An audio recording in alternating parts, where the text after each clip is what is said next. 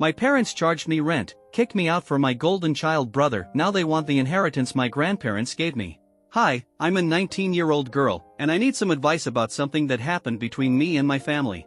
That includes my mom, dad, and my older brother, we'll call him Brad. Before I dive into what happened, I should probably give you a little background to help paint the full picture. I'm the second child in a family that prides itself on being full of high achievers. Both of my parents are college professors, and Brad, who's 6 years older than me, has always been seen as the miracle kid. My mom had a tough time getting pregnant the first time, so when Brad finally came along, he was treated like this precious gift, almost untouchable. He's the golden boy in every sense, and he's good at pretty much everything he tries. So, when I came into the world, the bar had already been set sky high thanks to Brad. From the start, I felt like I had to live up to something I wasn't. I've always been kind-hearted, generous, and socially active, but I never topped the charts academically or stood out in sports. What I do have, though, is talent in art. It's something that's always fascinated me, and I've been passionate about it since I was a little kid. But my family never really saw it that way. To them, having different interests meant I was underachieving. They labeled me the failure child early on, and that idea stuck. The favoritism was so obvious growing up that even relatives picked up on it. One Christmas, when I was about 5, we were opening presents. Naturally, I went for the biggest box first, it's what any kid would do. My mom kept trying to get me to leave it alone, but I didn't listen. So, in front of everyone, my dad yanked it out of my hands. I started crying, and they tried to calm me down by handing me a smaller gift instead. That big box? They gave it to Brad. Inside was a telescope. My gift? Just another dress, one of probably 100 I already owned. The next day, my grandparents showed up with a dollhouse for me. They knew exactly what had happened, and honestly, from that moment on, they were the only ones in the family who consistently had my back. When Brad finished high school, I was just turning 13. He got into a great college, and my parents decided to upgrade our lives, new house, better neighborhood, super fancy and suburban. I didn't feel great about the move, mostly because it meant we'd be even farther from my grandparents. But, as usual, I didn't get a say. So I went along with it. My parents had been putting money aside for years to fund Brad's college. Meanwhile, the new house was bought with a loan. Brad and I never had a particularly close relationship, honestly. We were more like polite strangers than anything else, but I still used my saved-up pocket money to buy him a watch as a congratulatory gift. He smiled when he saw it, but before he could even thank me, my dad stepped in and took it away, saying he had already bought Brad a fancy branded watch. Brad didn't say a word. He just let it happen. That moment really hit me. It was like all the air got knocked out of my chest. After that, I made up my mind to stop trying and just stay in my own lane. Dinner time became something I dreaded. Every evening, it was the same endless praise about how amazing Brad was doing in college. The constant comparisons wore me down, and I'd end up calling my grandparents in tears almost every night. I had even asked my parents if I could move in with them, but they refused. They were worried my grandparents would spoil me. Now, in my state, you're legally allowed to work at 14. So on my birthday that year, instead of celebrating or doing anything special, my parents decided it was time I learned a valuable life lesson. They told me I should start working part-time and pay for my own things, because money was apparently tight after the house purchase. Funny thing is, they always had enough to keep sending Brad money for his needs, but the moment I hit working age, suddenly the budget was too tight for me. I didn't argue. I felt alone, but I kept quiet. What was the point? A few months later, we moved into the new house, and I started working at a bookstore. I worked long hours and ended up earning more than most people my age in similar jobs. I told my grandparents, and while they were proud of me for becoming financially independent, they also told me they hoped I could move out soon and start fresh. Around this time, Brad started slipping. He got into a relationship, skipped classes, and his grades started tanking. My parents were stressed out and taking it out on everyone. One evening, they sat me down for a talk. They told me that finances were tough with the new mortgage and Brad's expenses, and since I was making good money from my part-time job, they felt it was a good time for me to start contributing by paying rent. They framed it as some sort of life lesson, saying they weren't trying to burden me, just preparing me for the real world. I didn't say a word. Just got up and went to my room. Later, my grandparents called my parents and gave them an earful after I told them what happened. The fight between them lasted a good couple hours. Then my parents came into my room and gave me an ultimatum: either start paying rent next month, or find another place to live. My first instinct was to move in with my grandparents, but their house was too far from school, and they're getting older. I didn't want to add more stress to their lives, even though they begged me to come stay. So, I started paying rent. Honestly, I wouldn't have minded helping them out if they had just asked me like normal people. But their self-righteous attitude and the way they went about it, it just broke something inside me. After that, I felt disconnected from them, like I wasn't even part of the family anymore. I started counting down the days until I could leave. The next 2 years were pretty quiet. I kept to myself and stopped eating dinner with them. School was going okay, and I was on track to get into a well-known art college. My parents didn't seem to care much, as long as I paid rent. Their attention was completely on Brad. Brad had just graduated, but things weren't going well. His relationship had thrown his life off course, his grades tanked toward the end, and because of that, he couldn't land a solid job. My parents were constantly pressuring him to come home, but he disappeared for 2 days without telling anyone. They were freaking out. Eventually, they got a call back. Brad told them he'd gone to Vegas and married his girlfriend. The weeks that followed were filled with non-stop arguments at home. My parents couldn't stop ranting about how Brad had brought shame to the family, while he kept trying to get them to at least meet his wife before judging her. As for me, I honestly couldn't care less. I started spending more and more time at my friends' houses just to avoid the chaos. The only people who knew the full story were my grandparents. Eventually, my parents did meet Brad's wife, but they weren't the least bit kind. As soon as the couple left, my parents started trash-talking her behind their backs. It was pathetic, really, but I didn't say anything. I had just started my final year of high school, and I wasn't about to get caught up in their petty drama. To escape the toxic environment, I began staying at my grandparents' house for weeks at a time. I had just turned 18, so things felt a little different, like I finally had some control over my life. But right before finals season, things took another bad turn. Brad and his wife started having serious issues, mostly because our parents couldn't stop interfering. Eventually, the two of them decided to get a divorce. You'd think my parents would be sad about their son's marriage falling apart, but nope, they were over the moon. They blamed everything that had gone wrong in Brad's life on his ex-wife. Then came the kicker, they asked me to help pay for their trip to Brad's city so they could bring him back home. I flat out refused. I wasn't going to fund their rescue mission for their golden child.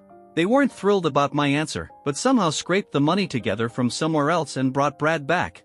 Now, here's something I haven't mentioned yet. The house we moved into only had 2 bedrooms. So when Brad came back, my parents told me I'd need to move my stuff into the living room temporarily, just until I left for college, they said. They didn't care how this would affect my studies or mental health, not with finals around the corner. All that mattered was giving Brad everything he needed to start over. Since I was paying them rent, I told them straight up that this new arrangement wasn't going to work for me. Their response? If I didn't like it, I could go stay at my grandparents' place, just like I'd been doing anyway. Oh, but I'd still need to keep paying rent, since my belongings would technically still be in the house. I kept hoping Brad might say something in my defense, but he didn't even look up. Just let them walk all over me without saying a word. I couldn't believe my own family was treating me like this, but I wasn't going to break. I packed everything I'd need into a couple of bags, called a cab, and walked out. Before leaving, I told them they could do whatever they wanted with the rest of my stuff because I wasn't going to pay them another dime to support their sorry situation or fund their grown son who still couldn't get his life together.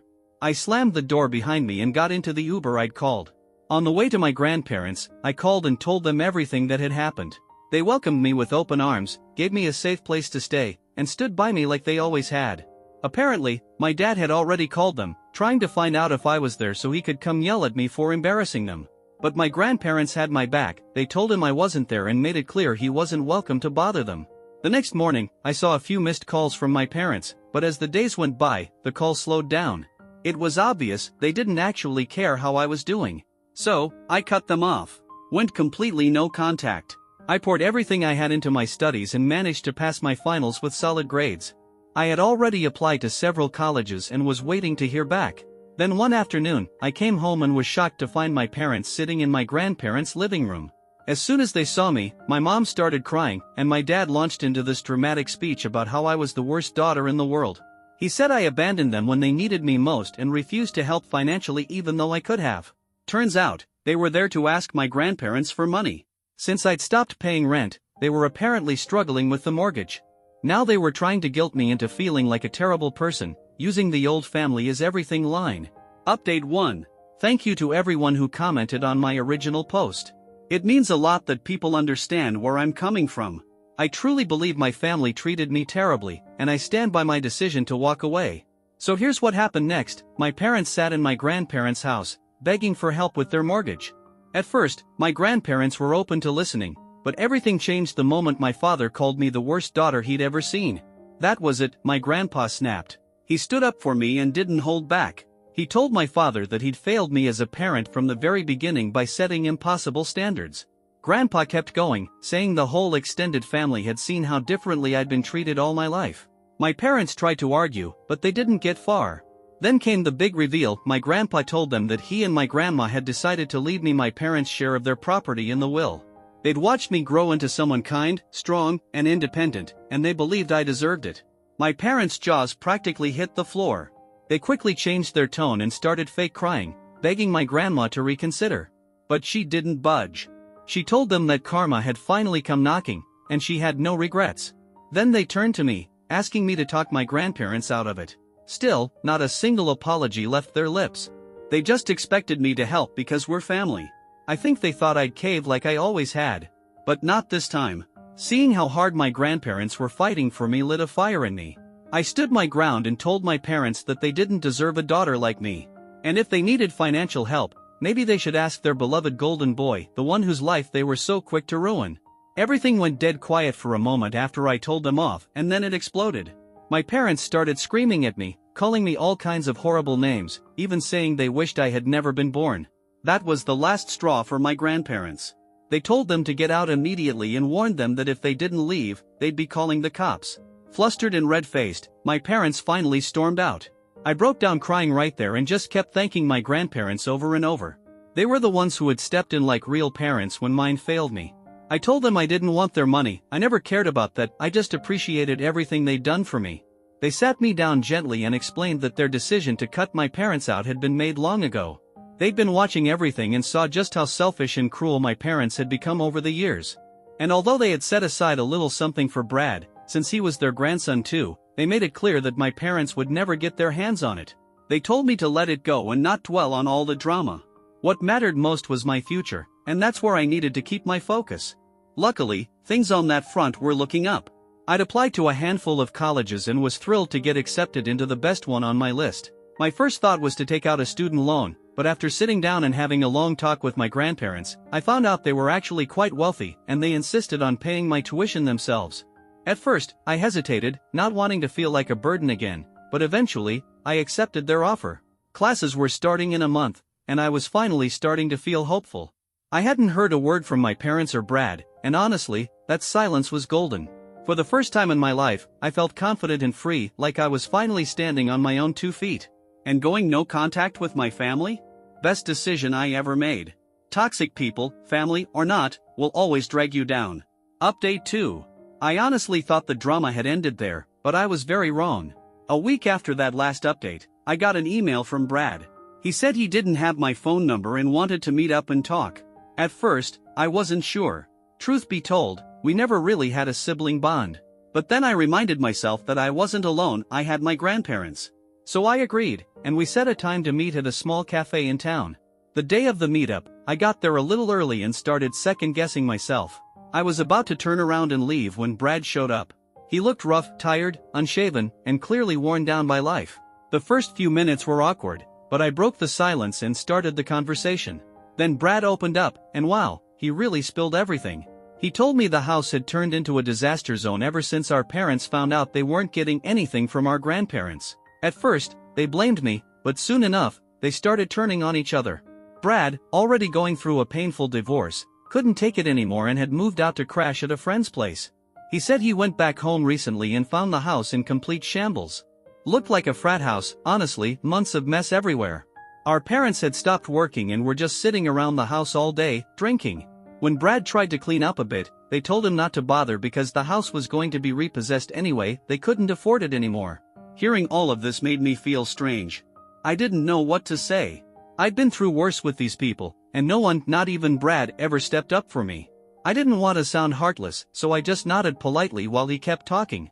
Then he dropped the real reason he wanted to meet. Brad told me that a few months back, he had secretly met up with his ex-wife. Things had apparently gotten intimate, and just yesterday, she called to tell him she was pregnant and she wanted to keep the baby.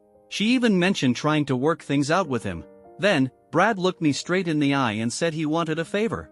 Since I had recently come into some money from our grandparents, maybe I could spare a little for our parents, and maybe even for him, so everyone could finally get their lives together. He promised to pay me back as soon as he could. He said I should do it for the sake of family. I stared at him, completely stunned. All that talk about reconnecting, all that vulnerability, it was just a setup for a money grab. That was it for me. I snapped. I reminded him that not a single soul was there for me my entire life, not him, and definitely not our parents. I pointed out how he stayed silent while I was being kicked out of the house, and now here he was, throwing around the word family like it meant something. Then I told him something else. His marriage didn't fall apart on its own, our parents helped ruin it. They poisoned his mind and pulled strings until it all fell apart. And now, those same people were the ones he was asking me to support? I put down enough cash to cover my meal, stood up, and walked out. Back at my grandparents' house, I told them everything. They were disappointed. They really thought Brad might have been different. But as Grandpa said, sometimes the apple doesn't fall far from the tree. They're still worried about the baby and his ex-wife, and I get that they have big hearts. But honestly, I blame myself this time. I shouldn't have responded to Brad's email in the first place. But one thing's for sure, I won't be opening that door again. Update 3. It's been a week since that lunch with Brad, and I'll be heading off to college in about 2 weeks. A fresh start is finally on the horizon. Now, everything I'm about to share came from my grandparents, who heard it from my aunt, who got it straight from the source. Apparently, after our lunch, Brad went home, fuming. I had told him straight up that our parents had played a huge role in ruining his marriage, and that hit a nerve. He confronted them about it. They tried to talk him down and claimed that everything they did was for his own good. Brad didn't buy it. He told them he was done, that he couldn't take it anymore, and that he was leaving for good. Desperate and panicking, they did what they always do when things spiral. They called my grandparents and begged them to step in and stop Brad from leaving. My grandparents didn't try to stop Brad from leaving. In fact, they told our parents about his ex-wife's pregnancy and said there was nothing anyone could do now. Brad had made up his mind. Not long after, my parents ended up having to leave that fancy house they were so proud of. Turns out they couldn't afford the sky-high mortgage anymore. Last I heard, they'd moved to a modest neighborhood, nothing like the upscale image they once chased. As for Brad, he moved in with his ex-wife for the time being. He wanted to get his life in order and maybe figure things out with her again, especially now that a baby was on the way. What I'm about to share next still stings, because it happened recently and caught me off guard. After Brad left, my parents somehow convinced themselves that I was the one who told him everything. In their minds, I was to blame for how badly things had spiraled. So, in typical fashion, they decided to retaliate by publicly humiliating me. They posted this bizarre and hateful message online, calling me an illegitimate child and a burden. I guess they thought playing the victim would earn them some sympathy. But the post backfired. People who actually knew me and had seen how I was treated growing up clapped back hard.